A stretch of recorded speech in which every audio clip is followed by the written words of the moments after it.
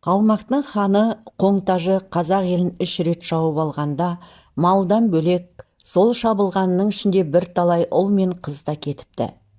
Соны сұрап қазақ елші жіберсе, Қоңтажы ешбір есе бермепті.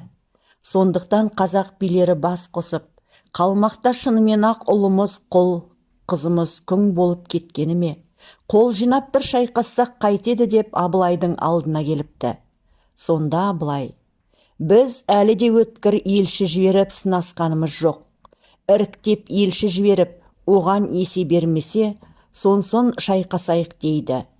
Осыған жиналған халық бәтуа қылып сөз байласады. Бұл жұмысты Қаракесек Келдібек биге жүктейді. Келдібек өзі бара алмай, өзіндей кісі таба алмай, ақыры Қазбек деген үлкен баласын ұзақ жолға жіберіп сынамақшы болып, оның үйіне келсе, Қазбек үйде жоқ екен. Оны желі басынан табады. Балам, жөн айтуды, жол айтуды білемекен деп сынайды. Балам, сен кімнің баласысың, жөніңді айтшы дейді. Атым Қазбек, әкем Келдібек, Шаншардың немересі боламын дейді баласы. Балам, сенің осылай асық ойнап, тай үйретіп жүргенің жақсы ма? Жоқ, жақсылардың қасына еріп, ел танып, жер танып, сөз танығаның жақсы ма?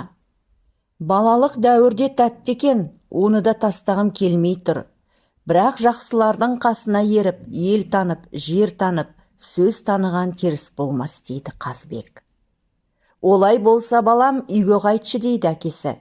Сөйтіп қасына 10 кісі ертіп, астына Телқоңыр дейтін тайды ерттетіп беріп, Келдібек баласын ханға жібереді. Телқоңырды мінгізуінде де себеп бар екен. Бір күні Келдібек жылқысын қаптатып келе жатып, қара жалды қулықтың іші жер сызып, жылқыға ере алмай, аяғын әзер басып келе жатқанын байқайды. Мынаның ішінде тас бар ма, тұлпар бар ма? Бір құлынды мұнша неге ауырлайды жануар, деп ойлайды.